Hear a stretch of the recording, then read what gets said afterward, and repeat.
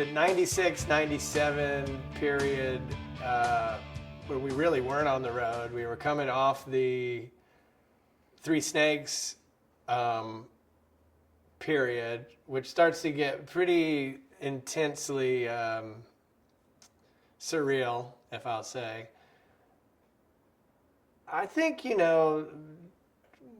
having to grow up and deal with some problems, not having the time or brotherhood intact to stop was weird. We didn't know enough yet to stop, and we didn't know enough about helping people because, the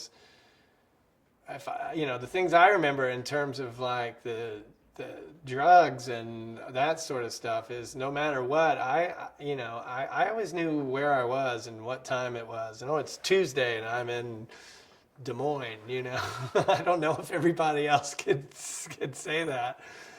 I look at it as the wilderness, and to be honest, I don't think that it turned out very well. For me, I personally am not that happy or impressed with a record like By Your Side. I think there's some good tunes on it. I mean, I think we managed to make something out of the situation. But it's people can look at Three Snakes and think that's kind of a weird, druggy kind of record, and they'd be right. I mean, that's my favorite record that we ever made. I think there's, it's a very interesting record. By Your Side is a super sort of numb record to me. It's the least amount of time I spent in the studio. I didn't spend any time on the mixes. I didn't spend any time in the control room. That was the only time in my life where I felt really depressed about. I'd been depressed before about other things, but this was when I felt really depressed about music and my life, and like, is this it?